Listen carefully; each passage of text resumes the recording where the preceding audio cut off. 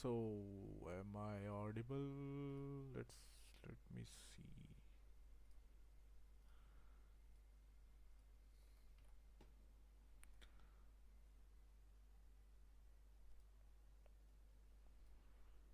Let me see on my mobile, right? Just a second. If I'm audible or not.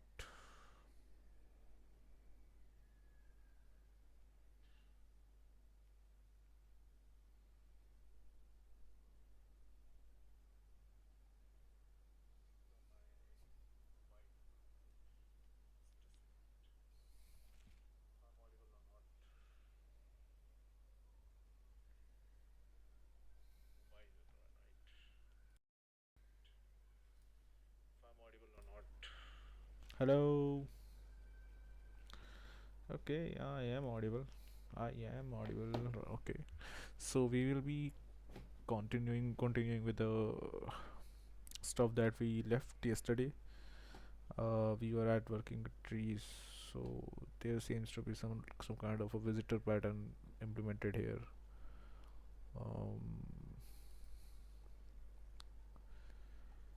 yep. So let's see if what we need to do here. Also, I'll be taking some inspiration from the Rust from this repo.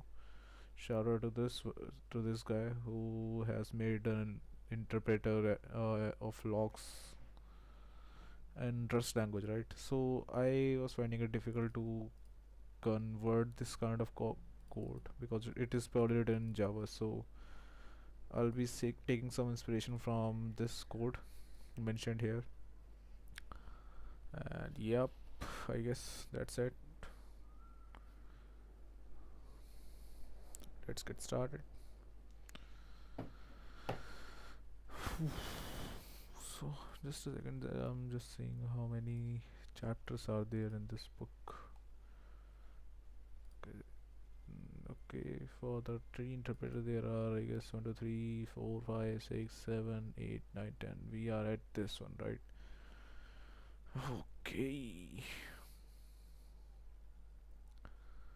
Sounds okay. Sound is kind of low. Let's see. Is this better or not? Is this better?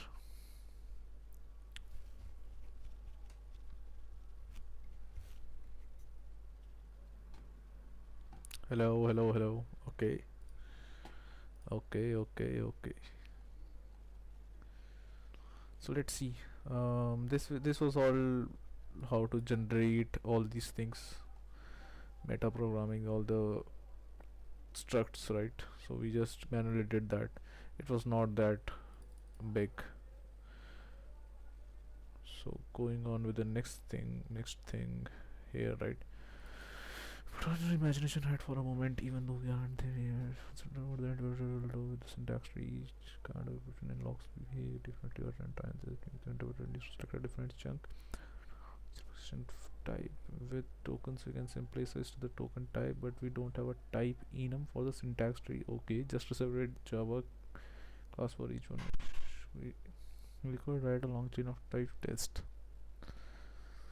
Okay, but all the sequential type tests are slow. Expressions types expression types whose names alphabetically or later will take a longer.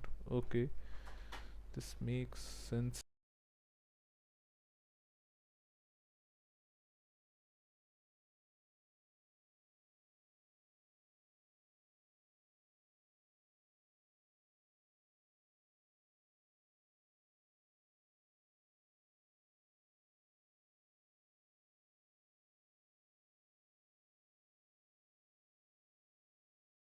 So basically, we could have done without the visitor pattern something like this, where we are nesting all these different types of instances. For example, expression field could have binary, unary, literal, and some other types, right? This literal, binary, unary, and groupings. So there would be four to five different types of if conditions here that would check all the check what type of expression we currently are parsing, right? So we don't need that. So instead of this, we will be implementing visitor pattern, I guess. But all this sequential type, so slow expression type. Later, okay, we have got from we need to first a chunk of behavior with each one. The rational solution in an object-oriented language like Java is to put those behavior into methods on the classes themselves. Okay, okay, this is also a good idea.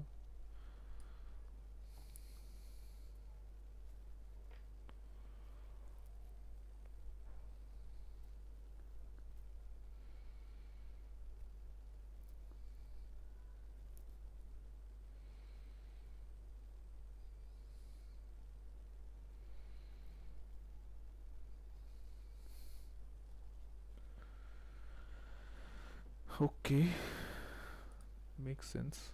Okay, let me know if you guys have any queries, right? I would love to take some queries regarding what I'm doing, or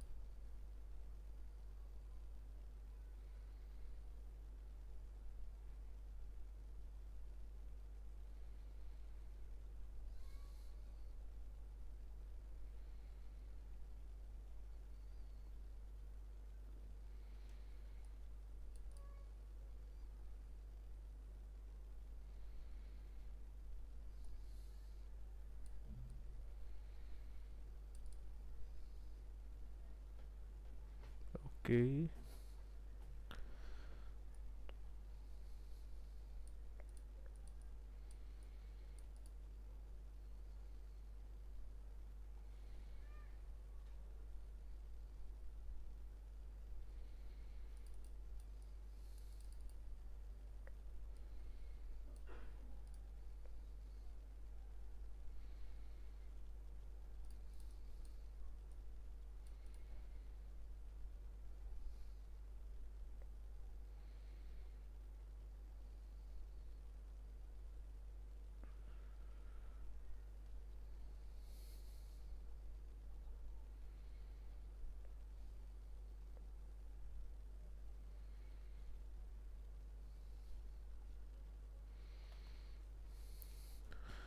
You have to go back and add a new case for all the pattern matching in all of the existing functions. So basically, there is two problems if we go by this type, right? So what this says is these are all the classes, right? And these are all the functions associated with the classes. Like every row would mean that the particular class having these three functions, right? So it is easy to scale this vertically, because we can just add a new class here, here, and the list goes on. But it would be uh,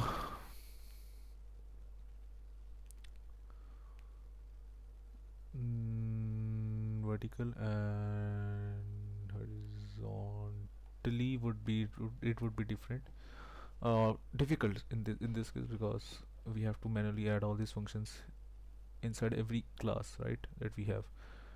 An object-oriented language like Java assumes that all of the code in one row. Okay, this is okay. Functional paradigm language in the Hammer family. Flip that around. There you don't have classes with methods. Types and function are totally distinct. To implement an operation for a number of different types, we define a single function. Sort of a type-based search on statements to implement the operations for each type on in one. Okay, pattern matching functions. New function, new. So it would scale horizontally quite good, but adding a new type is hard. Okay, so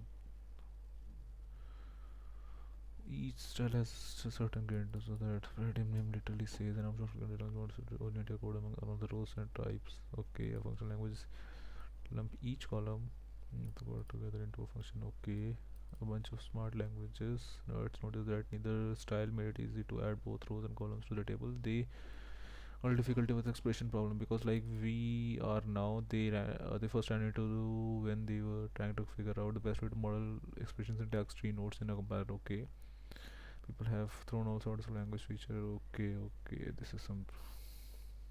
Okay, the visitor pattern is most widely understood.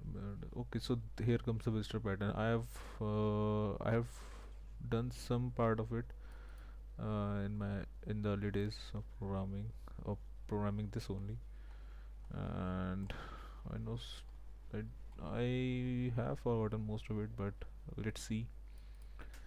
The trouble starts with terminology misunderstood. Okay,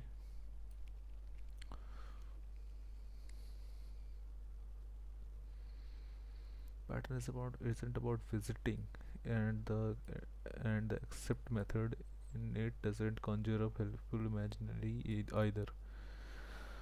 I think the pattern has to do with traversing trees, which isn't the case at all. We are going to use it on the set of classes in a tree. There are tree like that's a coincidence, as you'll see the pattern looks great on as well on a single object. Okay, the structure pattern is really about approximating the functional style within an OOP language. Okay, so this is, I guess, the important line, because we are just mimicking the style of functional programming into an object-oriented language. Okay, it's just let's just add columns to the table easily. Okay, we can define all of the behavior for a new operation on a set of types in one place. Oh, okay, without having to touch this type themselves, it does the same way to we solve the. Okay, before we apply it to the auto-generating explain classes. Let's walk through the simpler examples. If we have two kinds of pastries, beanets and crullers, we do this is okay, right? Beignet, not beanet. I was pronouncing beanet, but it's beignet. Okay, so I guess no one's watching.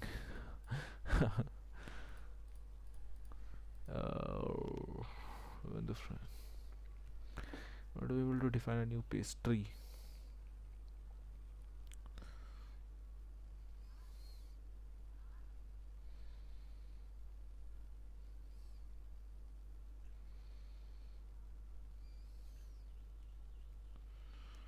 Just a second, I'll be back.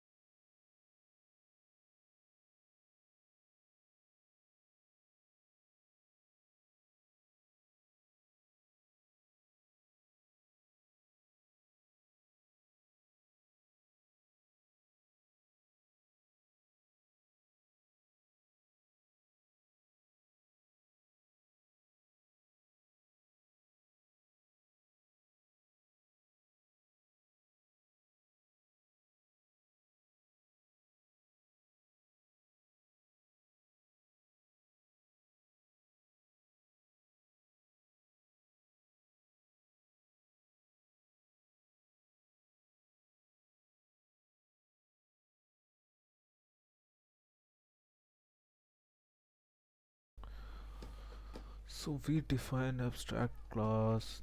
Ideally, this would be the case that we know, right? This is the case we all know. If we are making something, we just make an abstract class or a trait in um, Rust, right? And then you can extend that trait into some other classes or structs in, for example, in Rust. We want to able to define new pastry operation like cooking them, eating them, decorating them without having to add a new methods to each class every time. Here's how we do it. First, we want a separate interface. Okay, then we void visit bene benye visit crawler. Okay.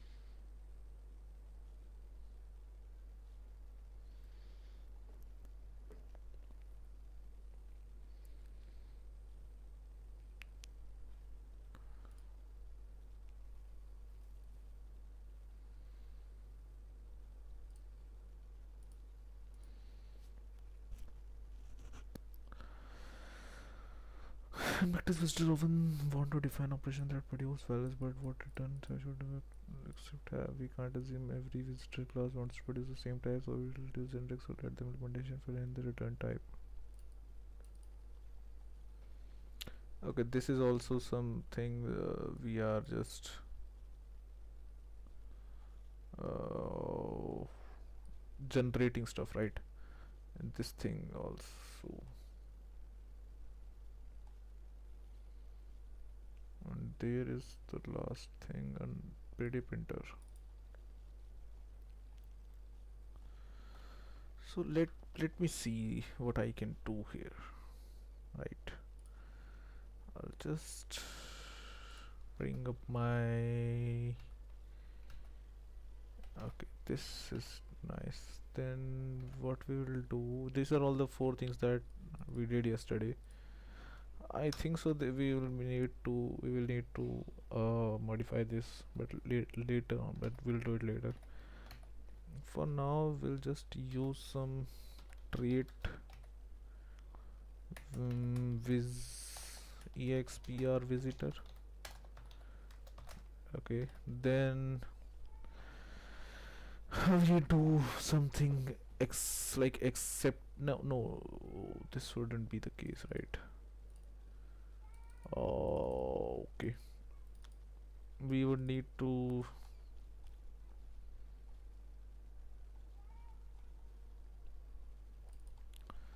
visit binary expr. Okay, these are all the things that we need to do.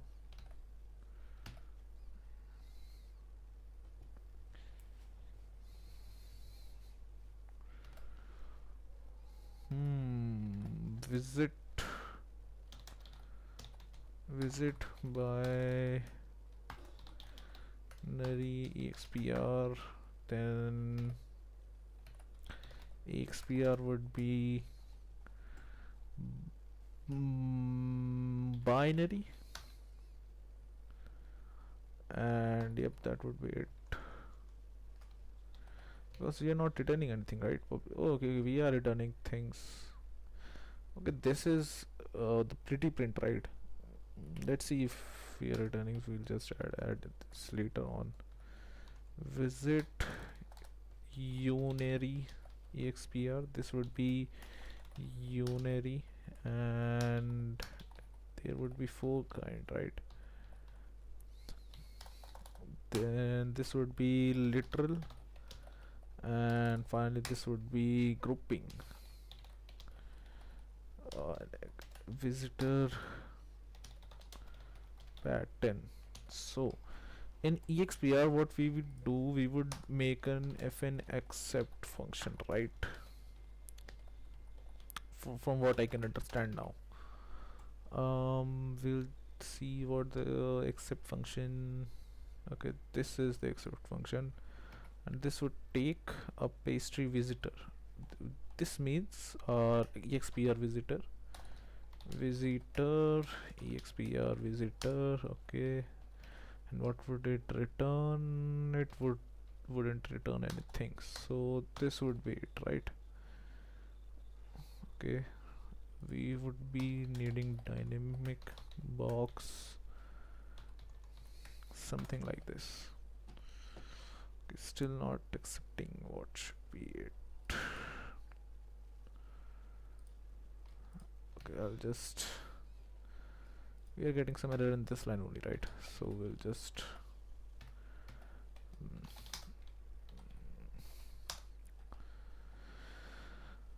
okay, there are a bunch of errors here. Yes, we cannot be made into an object. Why is that so?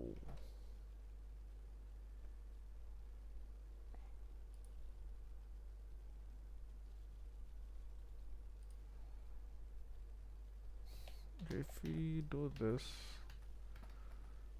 and we do this, okay, this works, right?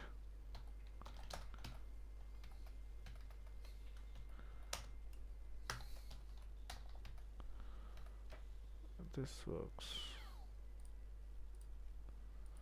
and we would be needing this, so I have to do it eventually, right? The box dynamic, yes, we cannot be made into an object. So we will do building a table to allow the call to disable dynamically. For more information, let's see what all this information is.